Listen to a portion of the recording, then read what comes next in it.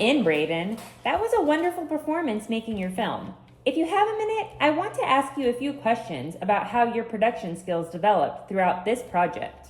Thank you very much, and of course I have time to stick around. Okay, awesome. For my first question, I want to ask how the process of selecting your group went.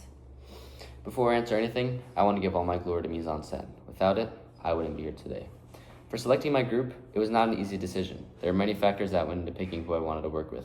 Some of these factors included how well we'd be able to produce, how well we thought we would work together, what roles everybody would play.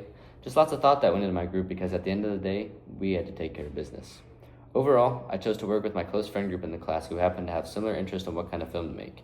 The aftermath of the film being done reflected that overall, I know I made the right decision. How has your knowledge of filmmaking and just films in general changed throughout the course of producing your own film? Well, prior to this project, I really did not know anything about filmmaking or films in general. I thought films were just general statements made from people who considered themselves creative, aka producers. This project changed my entire view on films in their entirety. Each individual shot is saying something. Every object in that frame, from the clothes people wear to something as simple as a clock in the background, means something. It doesn't seem like such a daunting task on the outside, but when actually setting up and producing a film, it changes everything. Filmmaking is art, and prior to this project, I had no idea. To all my producers out there, I respect you on a whole nother level now. Wow, I never thought of filmmaking in that way. It's good to get a good insight into how it truly is. And how did the overall decision-making process go with your team? Well, that ties perfectly into the group selection process. Coming into this project, I knew that we would need to agree on things as a group. That is why I chose to work with the people that I did.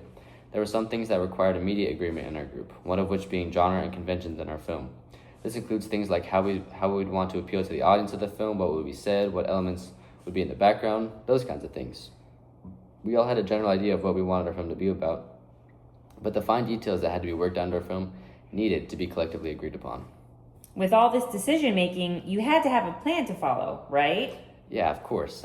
As we made these decisions about our film and how it would impact the overall meaning, we used a storyboard in order to put our thoughts into something we can change and actually see and use. With this storyboard, we planned plot elements, lighting, and sound of our film.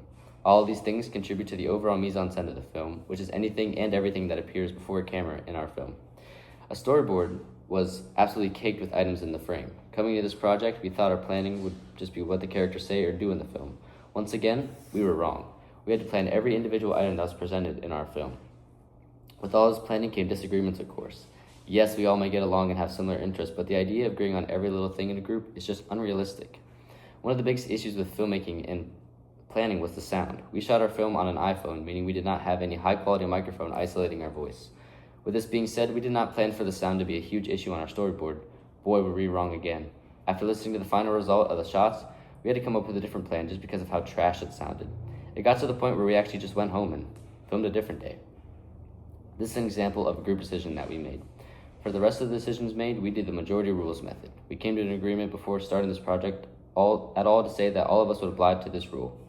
Since there are 4 of us, this rule didn't always work. When this rule didn't work, we sat down and talked it over. I didn't think of it as an argument, but rather an intellectual conversation about our feelings and thoughts. Overall, though, we got the job done, and from my point of view, we didn't do too bad.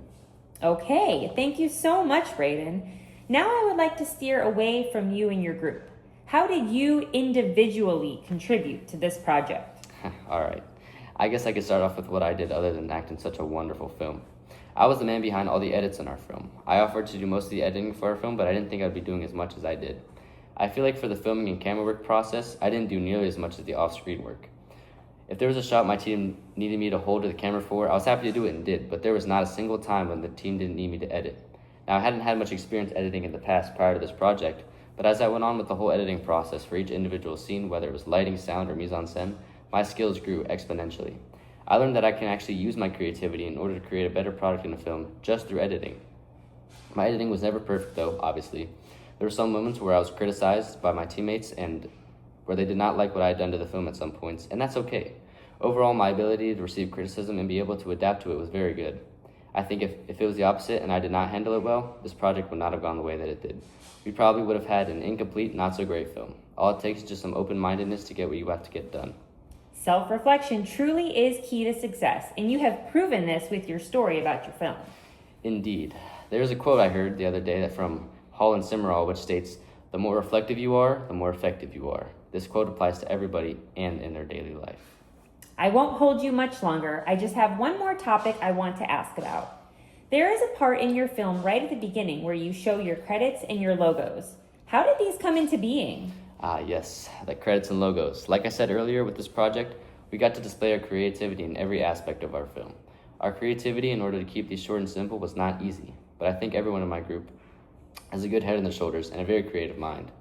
We decided to design our first logo as something sweet and simple as just a man falling off the surfboard. With some visual effects through editing, you have the perfect opening logo. Next up, our second logo, we decided to set the mood for the rest of the film with a dark and almost mysterious logo of our production name as well as a poker chip that shows on the camera. We also used a poker chip in our credits. Multiple poker chips, actually. We did something as simple as a poker chip floating around the screen with the names of everybody involved in the film that were used to perfectly portray how the rest of the film would unfold. Well, thank you so much, Braden. Is there anything else that you would like to reflect about for your film? Yeah, thank you for having me. I just think this film experience has been so great, and overall I hope to be able to do it again sometime. Thank you so much and have a great day.